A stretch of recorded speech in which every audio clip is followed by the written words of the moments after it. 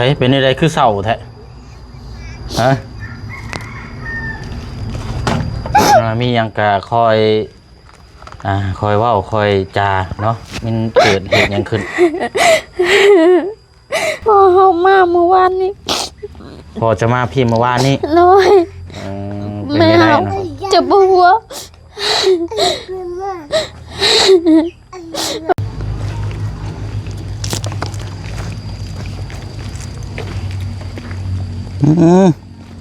ใส่อยากออกมาเบิ่งนี่ยืนประตู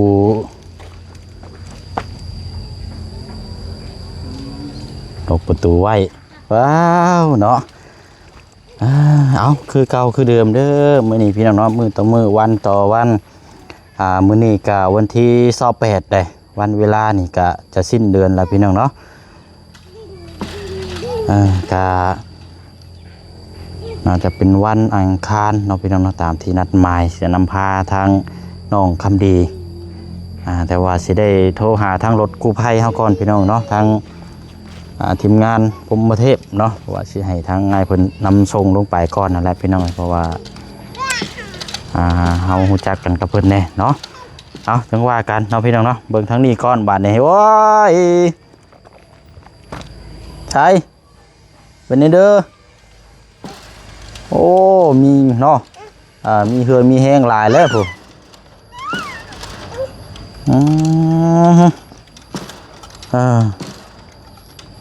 อะไรอันนี้เนาะห่อนแท้นี่เนาะใช่บ่ให้ลุงเขาว่ามื้อนี้บ่ให้ลุงเขาว่าเป็นนี่ไดบ่ใช้พ่อไปใช้มื้อนี้ฮะ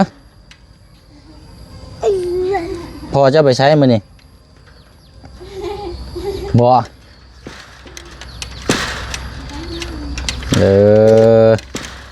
คำว่าพอว่างว่าลุงว่าอยากหาให้ไปตัดหญ้าให้อยู่เพื่อนเนี่ยจักน้อยว่ะพี่น้องเอ้ยเอานมเปรี้ยวมาฝากครับเอาเอาสบายดีเด้อพี่น้องเด้อเนาะสบายดีพี่น้องนำกันเบอร์สุขุสุคนพบเจอกันอีกคือเก่าคือเดิมพี่น้องเนาะพวกมาจากเพื่อนของทางน้องออนแล้วก็นี่แหละพี่น้องพวกเขามาทั้งนี้น้ำบัดนี้เนาะมันใกล้กันใช้เปิดได้แม่ประตูนะเปิดประตูให้ลุงนะแม่นะบ่นี่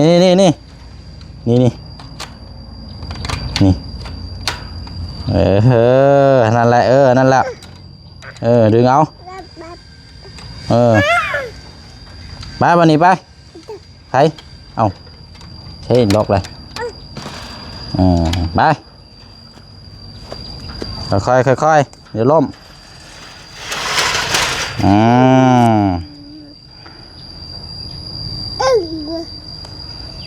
ไปใช้ไปมากินนมมาจะมาตึมห่อนอีกแล้วนี่เนาะโธ่เหือนเราเนาะล่างขัดกี่ดีนี่สะอาดได้แบบนี้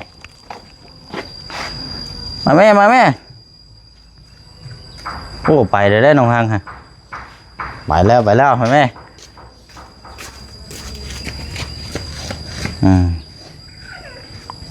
หูเดี๋ยวได้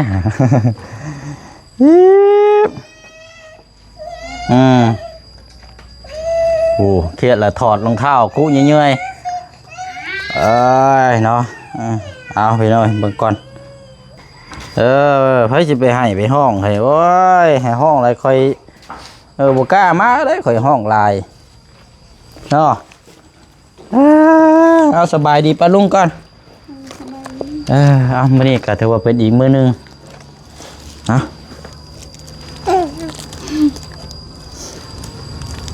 ได้ยังกินเมื่อวานนี่ฮะเอาเรื่องให้เมื่อวานนี่ชื่อยังมากินเอาบ่อันนี้ไม่ก่อนเชืองไปเชียร์หญ้าใช่บ่ยังบ่เลี้ยวอยู่เนาะ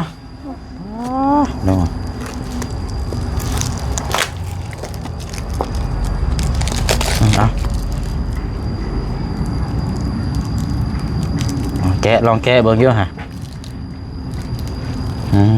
เกี่ยวว่าสิให้ทางอันอาเจิงอันนั้นพี่น้อยไปตัดอันเสียหญ้าอยู่เพื่อนนี่จังน้อยใช่เนาะใช้เป็นอะไรคือเสาแท้ฮะ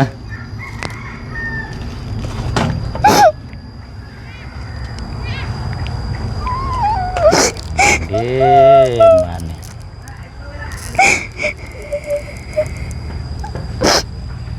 ฮะ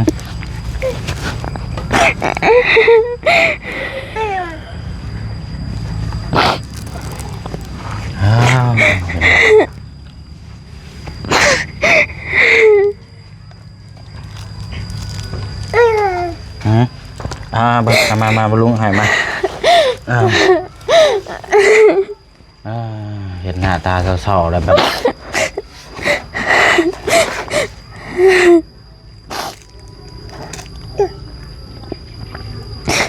เป็นยังไงเนาะมียังกะคอยเว้าคอยจาเนาะมันเกิดเหตุยังขึ้น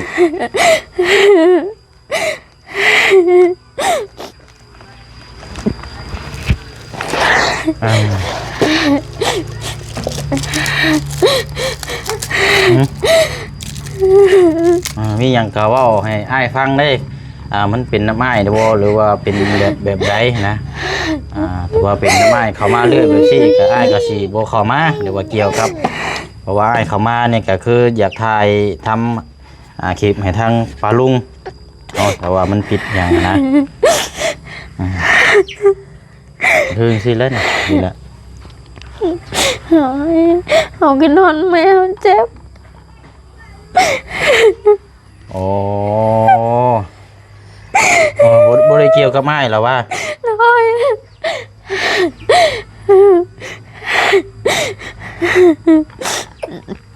แม่เขาเจ็บหัว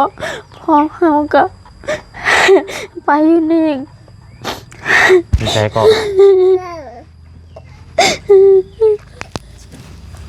พอเขามาเมื่อวานนี้พอจะมาพี่เมื่อวานนี้น้อยแม่เขาเจ็บหัวพอเขาไม่มีเงินอยากยืมเงินคอยก็ไม่มีเงินเอ้าเจ็บหัวแบบได้คือสิว่าเจ็บแห้งแท้น้อยหายใจไม่ออก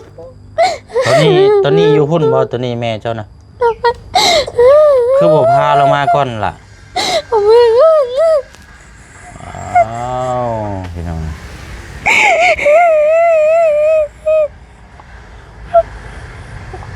จากสีเฮ็ดแนวใดแหละเนาะ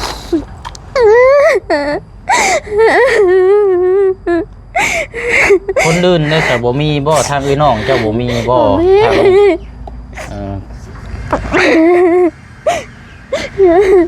พอเขาไปอยู่น้องปูนากับบ่มีเงินคือกันถามว่ามีนั่นมีอยู่แต่ว่าบ่ฮู้ว่าเขาเจ้าสิให้หรือบ่แค่นั้นแหละนั่นก็ฮู้อยู่แก่ใจอยู่นี่น่ะแค่นั้นแหละแต่ว่าหนึ่งมาได้ร้อยนั่นคือทั้งพี่น้องก็คือหลายอยู่นะทั้งเทื่อบ่มีน้ำเจ้าเราก็ไปเอายืมคนอื่นก่อนก็ได้มันก็สิมีทางออกอยู่พอไปหมดแล้วตอนไทยนั้นเรามานอนอยู่คนคอยเราหากับเมื่อเช้านี่บ่โดยเฮามานอนอยู่นี่เอามายืมเงินเฮาก็บ่มีเงินกะ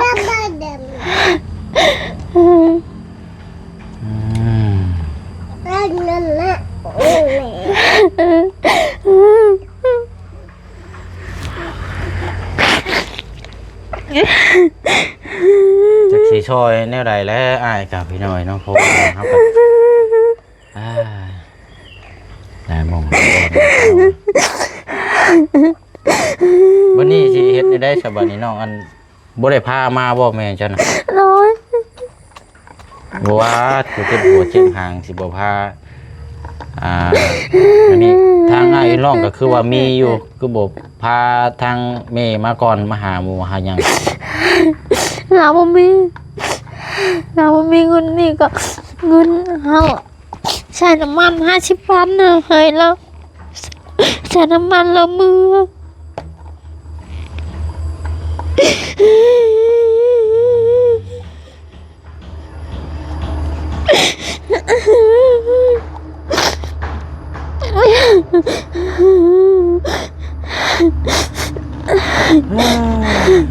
าหยุดก่อนเนาะเศร้าให้ก่อนจังหน่อยเจ็บหัวเจ็บหางมาย่างเลยอาจจะมีทาง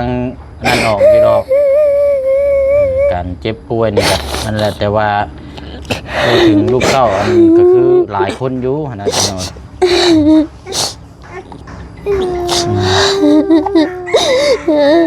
สั่งเอ้ยเฮาก็อยู่บ้านช่างกับผัวเราก็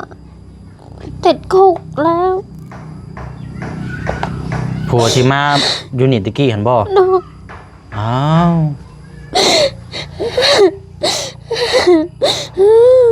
เป็นอะไรก็ว่าติดคุกทั้งนั้นกัน เราผัวเราแบบคู่เอ้ยเฮา ครูเอ้ยเจ้า เนาะ โอ้ครูแบบเฮ็ดตีแนวบ่ดีบ่งามสิบ่ เนาะ ก็เลยไปแจ้งยังให้เพิ่นจับก่อน เนาะ โอ้ยพี่น้องชนหลายมีแต่เป็นแนวนี้กันเบิดทุกคนเนาะ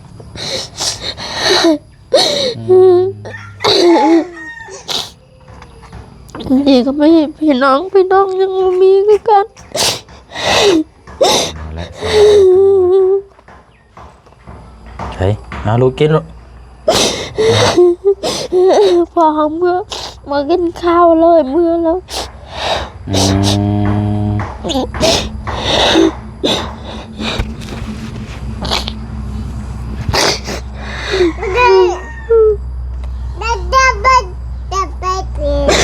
ติดต่อหาได้อยู่บ่บ่โทรเจ้านะพ่อกับแม่สมมุติถ้าว่ามีเงินซอยสิเฮ็ดนี่ได้ซะบัดนี้นะคันว่าติดต่อบ่ได้จะโทรหาได้ มาเราอยากไปม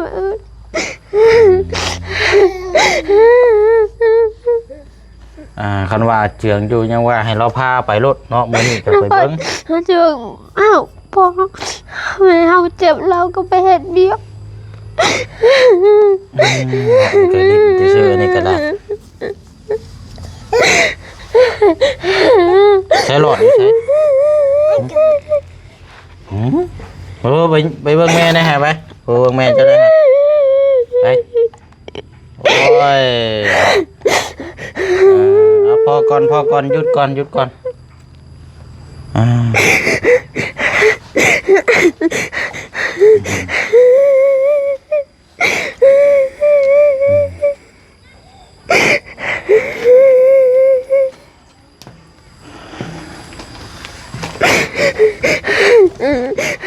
โอ้ยพลักหน่อยเอ้ยบ่ไหวแล้วเนาะพอก่อนเนาะหยุดให้ก่อนหยุดเปื้อนหยุดเปื้อนแล้วมาย่างหาเบิ่งเชือดเปื้อนบ่เลยนี่โอ้ย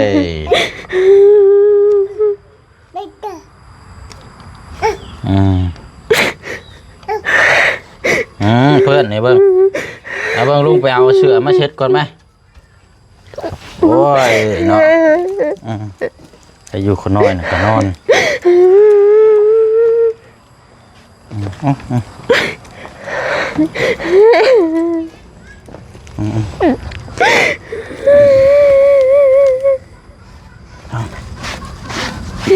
มานั่งพี่ก่อนนั่งดูก่อนนั่งลงเอา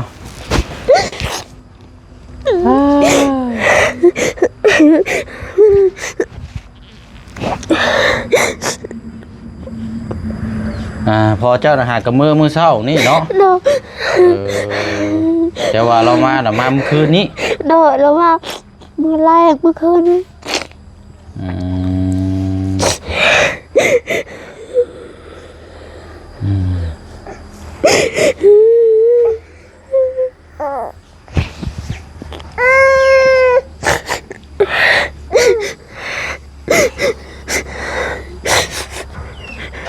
บัดนี้เจ้าสิเฮ็ดแนวใดใส่กับแม่เจ้าบัดนี้เจ้าสิเมื่อพุ่นบ่หรือว่าแนวใดต่อ อยากมือ ฮะ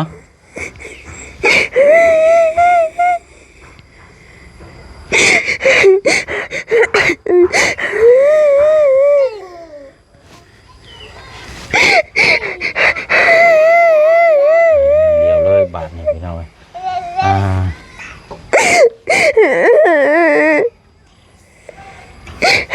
อันนี้ก็ว่านั่นเจ้ากะทั้งอาเจืองมาเลยเจ้าก็ให้อาเจืองพาไปเบิ้งเด้อ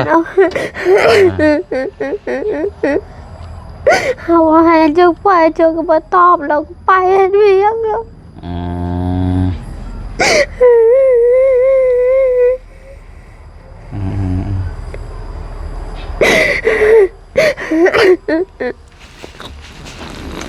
แล้วไข่จะมือแล้วแม่เจ้า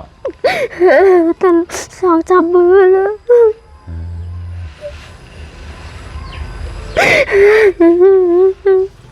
บอกว่าไข่2-3 มื้อก็ต้องพาเรามาหาหมอก่อนอันนี้สิไป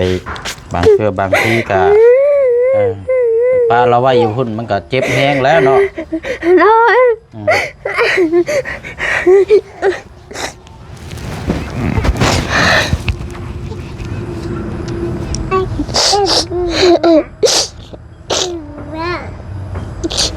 พี่น้องเนาะกับบางเทื่อบางทีก็ปัญหาแบบซี่ก็เฮาก็จักสิแก้ซอยได้ใดเนาะเพราะว่ามันก็เกินลำลึกไปจังซี่นะพี่น้องก็จักสิซอยจังไดมีแต่ว่าครอบครัวก็อันนี้อยู่ก็ซอยกันประคับประคองกันนั่นแหละ พอเราไปหาเราจะขายหมูก็บ่มีไปซื้อ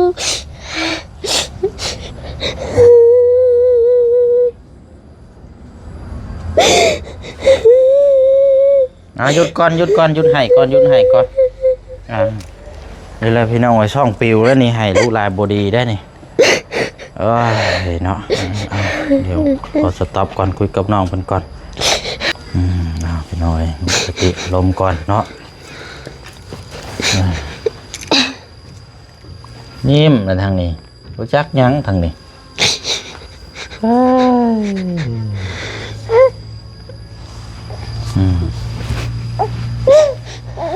ทางใดก็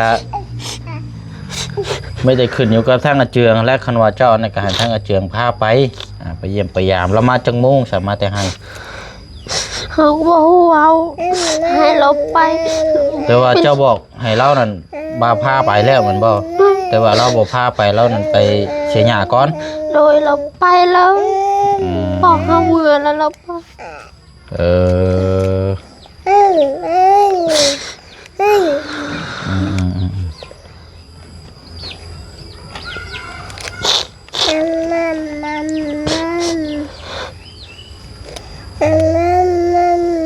ทางเอื้อยกะปูเป็นพัวกะติดคุกเป็นนอกจากแบบอยู่น้ำกันพิษให้กันแล้วอยากคมตีลูกตีเมียก็เลยเอาไปบำบัดขังคุกก้อน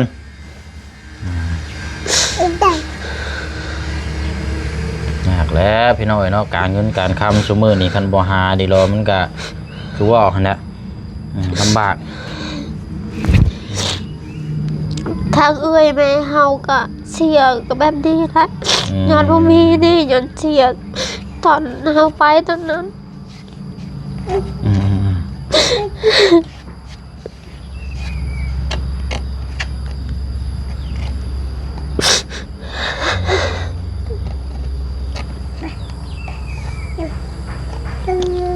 เป็นอย่างคันว่าเจ็บไข่นั่นก็คือบ่พาเรามาก่อนเนาะ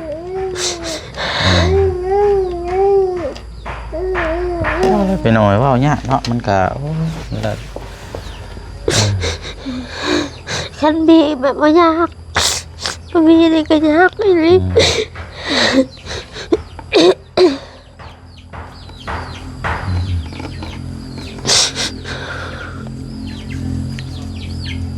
นั่นน่ะมีแต่ว่าจังใดสาพี่น้อยเนาะทางเฮาก็จักสิซอยได้แนวใดนะพี่น้อยมันกันว่าคือทางอาเจียงอยู่กับสิอันนี้อยู่ในจังน้อยบ่ทางอาเจียงก็บ่อยู่บ้านนี่คุยกับผัวทางอาเจียงก็ไปเวียก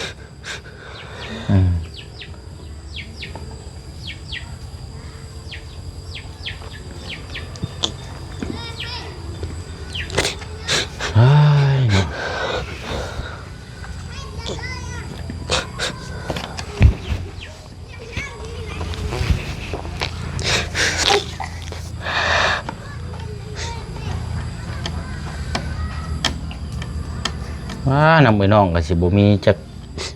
จักดีเลยเนาะนำนั่นกัน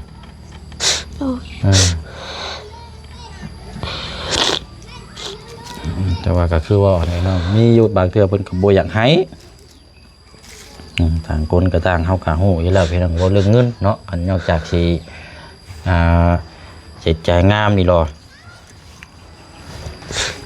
แต่ไม่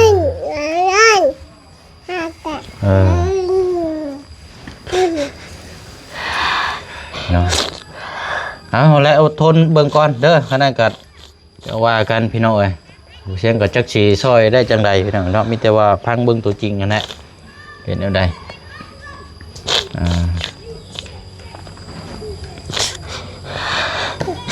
ดึงหน้าดึงหลังด้วยทั้งบ่เชียงกับพี่น้องจักสินี่แน่ทั้งสิพาน้องคำดีลงไปทั้งนี้แน่มันก็เวียกงานเนาะ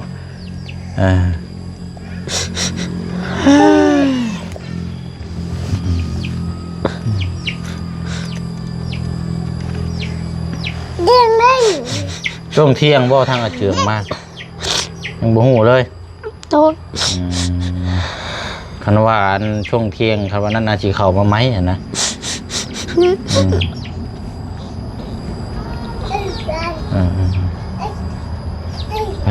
เนาะป้าสาพี่น้องเนาะมีแต่ว่าอันนั้นมีอย่างไรกับอันนั้นแหละพี่น้องให้กำลังใจให้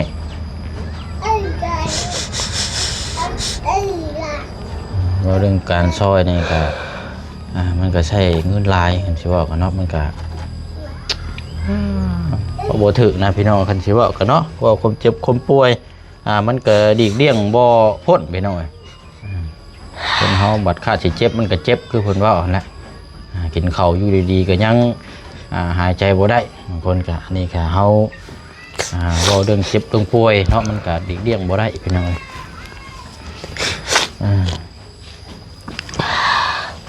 เนาะเอาจังได๋ก็แล้วน้องเด้อ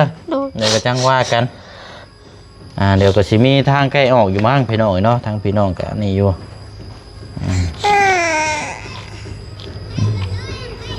แล้วเอาไม้มานะแล้วอยู่เบิ่งลูกเต้านะเด้อต้องคิดอย่างไรเบิ่งในก้อนทั้งเขาว่าทั้งอาเจืองมาก็ให้เราพาไปว่ากับเราดีๆได้พี่น้องเอาอะไรเด้อลุงไปก่อนเด้อหากินข้าวก่อนเนาะ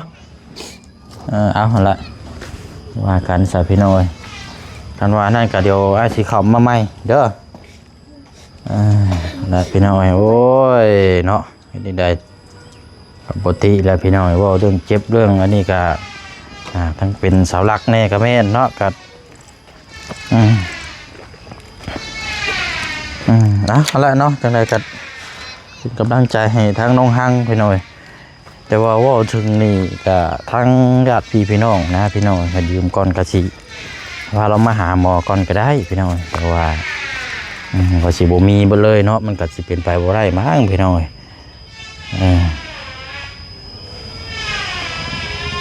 อะไรเนาะจังไดก็จังว่าจังคุยจังตามเบิ่งน้ำกันพี่น้อยทั้งเสียงก็หากินข้าวก่อนบัดนี้พี่น้อยเนาะ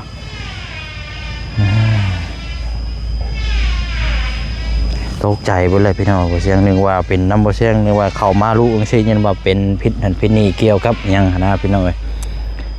สรุปแล้วก็แม่ป่วยบ่สบายพี่น้องมื้อ2มื้อแล้วพอมานอนอยู่นี่เมื่อคืนนี่มาหายืมเงินยืมหยังแล้วก็บ่มี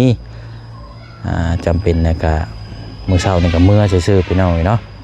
น้องฮังอย่างเมื่อเยี่ยมทั้งแม่แต่ว่าอาเจืองก็ไปเสียหยาก่อนเนาะจังว่าจังคุยน้ำกันคือเก่าคือเดิมอะไรพี่น้องเนาะสู้ๆอดทนสู้เอาจังไรพี่น้องมันอะไรมันสิเกิดมันก็เกิดแล้วมันดีกเลี่ยงโมเว้นโบพ่นอะไรพี่น้องเนาะโอ้ยเนาะพี่น้องบ๊ายบายเด้อพี่น้องเด้อเนาะจังเยี่ยมยามถามข่าวน้ำกันอีก